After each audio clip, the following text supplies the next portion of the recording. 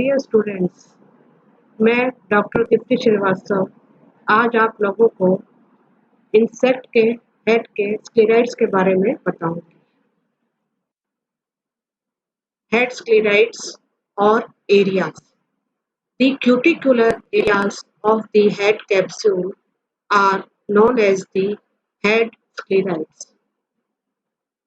Head sclereids क्या होते हैं? हेड कैप्सूल में जो क्यूटिकुलर एरियाज होते हैं उनको हेड स्क्लेराइड्स कहते हैं। The sclerites represent the intersutural areas. Sclerites सुचूर्स के बीच के एरियाज को रिप्रेजेंट करते हैं। पिछले लेक्चर में मैंने आप लोगों को हेड सुचूर्स के बारे में बताया था। क्या है हेड सुचूर्स? ये फाइन ग्रूव्स होते हैं जो कि हेड कैप्सूल में प्रेजेंट होते हैं।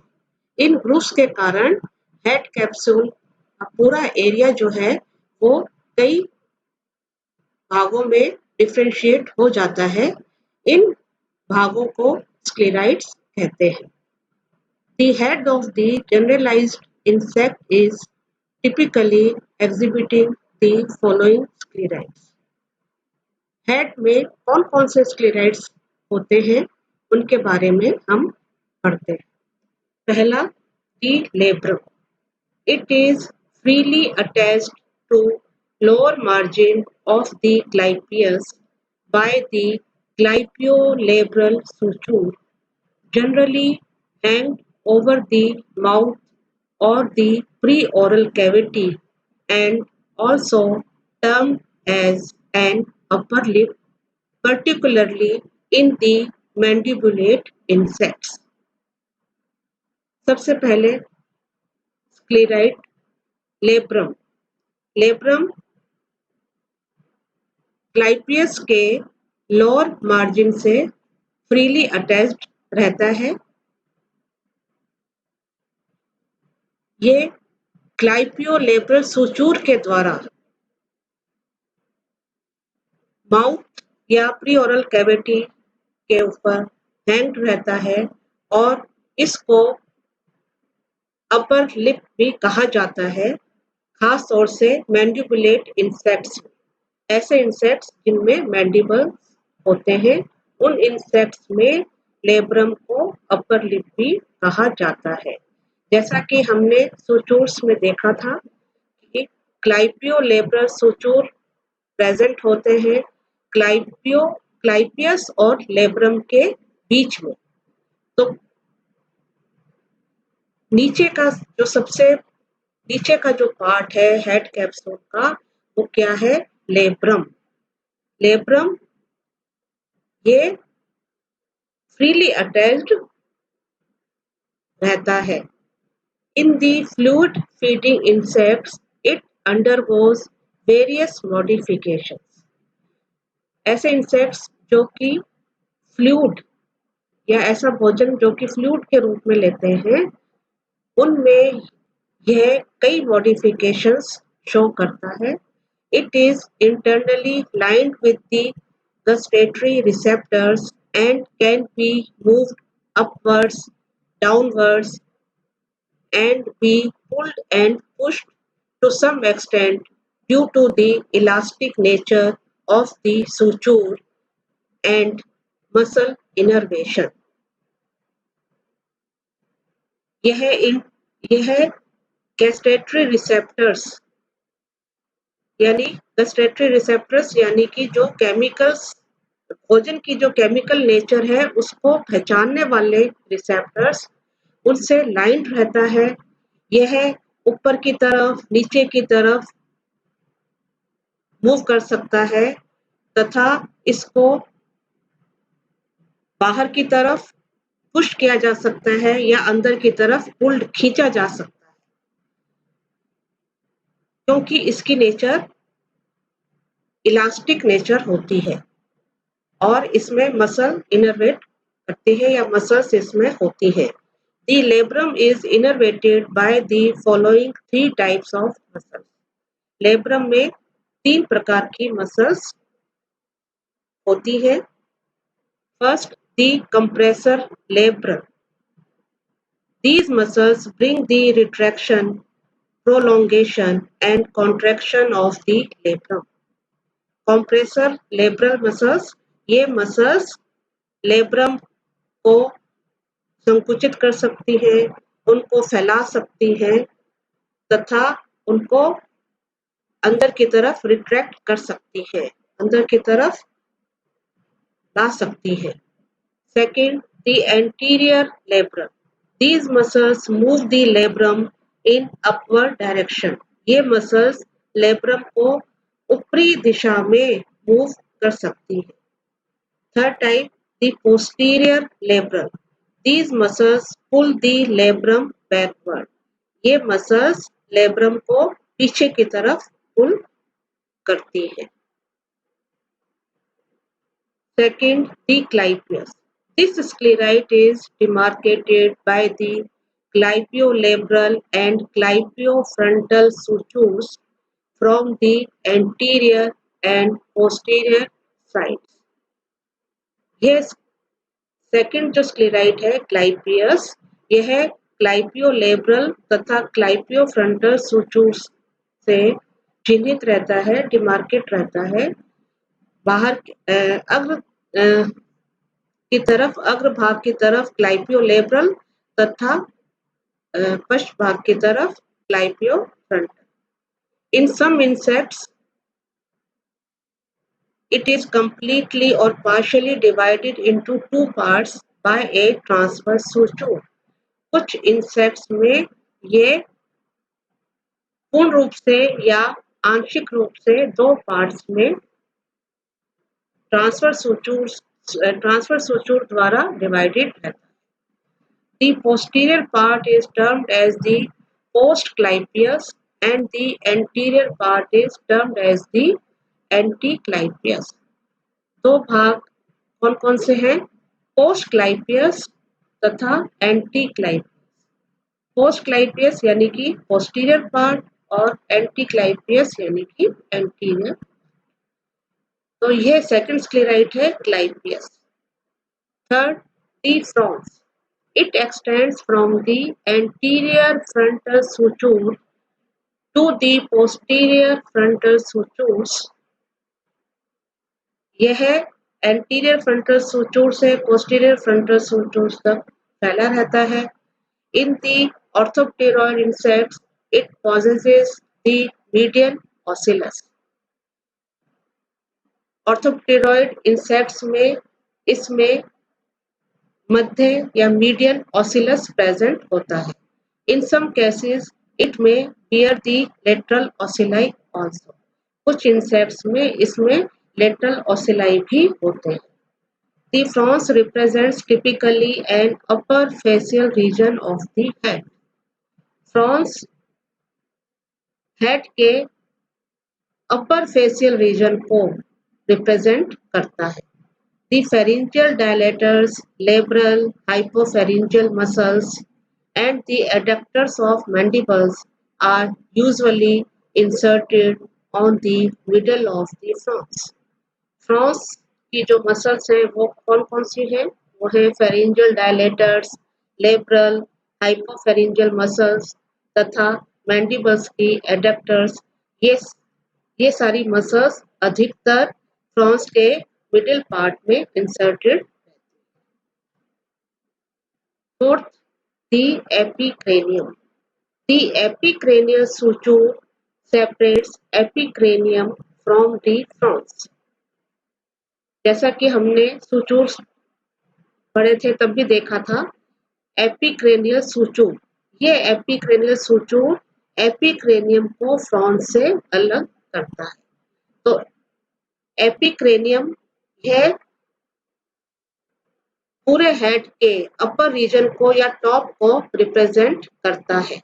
It represents the entire upper region और टॉप ऑफ द हेड.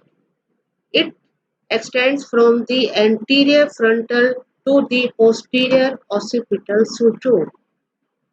यह एंटीरियर फ्रंटल से पोस्टीरियर ऑसिपिटल suture तक फैला रहता है. Above the frons, it is divided by the coronal suture into two identical lateral plates known as the parietals. Fronx के ऊपर यह कोरोनल सूचूर द्वारा दो समान लेटरल प्लेट्स में डिवाइडेड रहता है। इन लेटरल प्लेट्स को पैराइटल्स कहते हैं। The parietals are characterized by bearing the antennae-lateral ocelli and the compound eyes. Parietals में antennae, lateral ocelli तथा compound eyes उपस्थित होते हैं। The posterior undivided region of the cranium is known as the vertex. Cranium का posterior अविभाजित भाग vertex कहलाता है। It forms top of the head. यह हेड का टॉप या शीर्ष बनाता है। Next, the occiput. It is the U shaped posterior cuticular belt. यह U shaped first cuticular band होता है। It represents the area from the occipital to the post-occipital sutures. यह occipital से post-occipital sutures के एरिया को represent करता है। In the higher insects, however, the occipital suture is indistinct. Higher insects में occipital suture indistinct होता है या जिसको हम पहचान नहीं सकते। इनडिस्टिंक्ट मतलब अविभेदित होता है।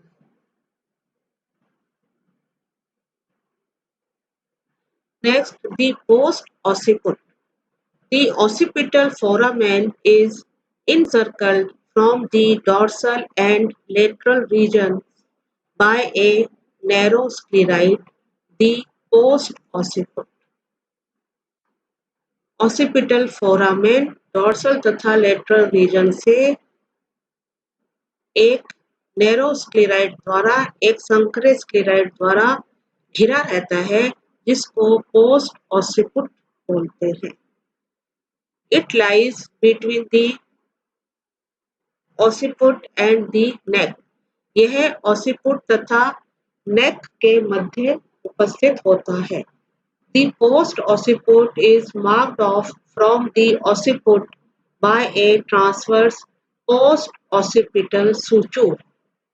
Post occiput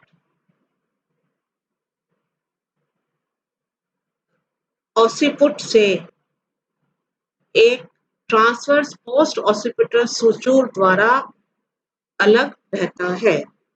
When the post occipital suture remains absent, the posterior tentorial pit separates the post occiput from the occiput. जब post occipital suture अनुपस्थित होता है, तो उस समय posterior tentorial pits post occiput को occiput से अलग रखते हैं। The dorsal thoracic muscles are attached to the endoskeletal ridge of the post-occipital suture. Post-occipital suture की endoskeletal ridge से dorsal thoracic muscles attached रहती है, जुड़ी रहती है। Next, the geni and the subgenual areas. The geni represent the lateral areas of the head. On either side, the geni extend from the compound eye to the mandibular trochanter.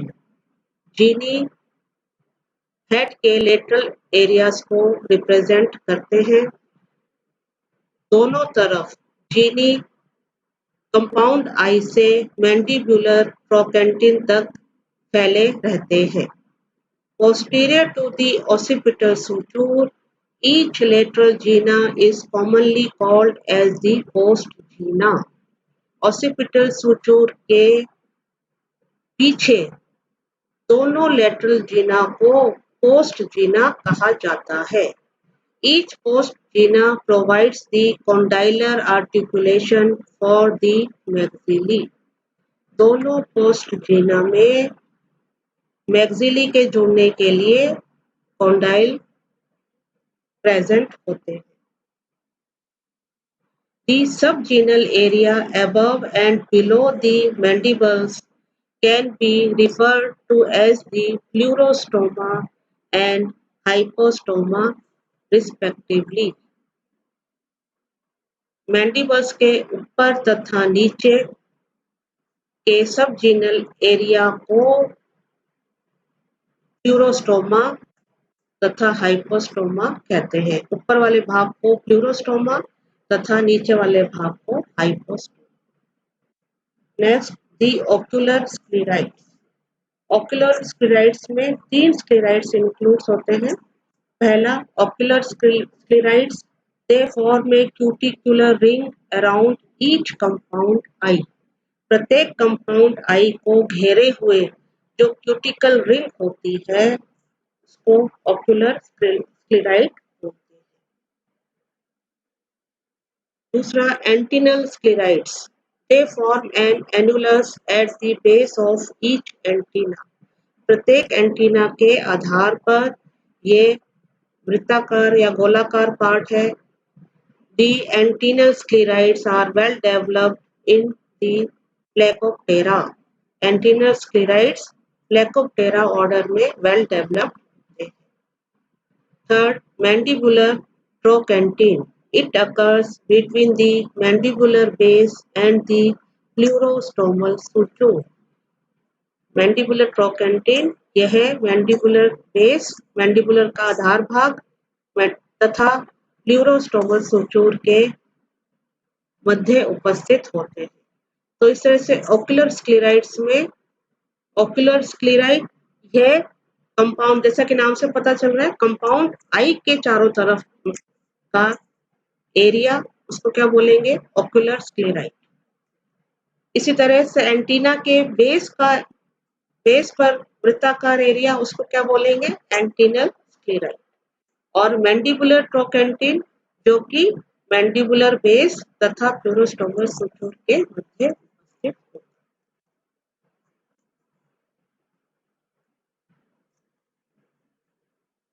देखिए इस diagram में हमें सारे sclereids दिखाई दे रहे हैं। नीचे की तरफ पहला पार्ट ये लेब्रम, फिर ग्लाइपियस के बाद फिर हम देख रहे हैं फ्रॉन्स, फिर इसका ऊपर का फ्री पार्ट ये क्या कहलाएगा? वर्टेक्स। लेटरल साइड में ये जीना का पार्ट, साइड में ये दिखाई दे रहे हैं मैंडिबल्स। इसी तरह से कंपाउंड आई के को घेरे हुए ये इसका ओक्यूलर स्क्लेराइड, एंटीना के बेस पर एंटीनल स्क्लेराइड। तो इस तरह से हमने डिफरेंट स्क्लेराइड्स के बारे में हम इसमें देखा हमने इस डायग्राम में। बाकी और जो हमने स्क्लेराइड्स बताए थे वो उसके डायग्राम आपको हेड सुचूर्स के डायग्राम में मिल जाएंगे। मैंने आपको पहले दे चुकी हूँ मैं वो सारे डायग्राम, उनमें आप सब देख सकते हैं। फोर्स शेप ये अपने ऑसिपिटल सुचूर जब बताया था तो ऑसिपिटल स्क्लेराइड हो जाएगा इस तरह से।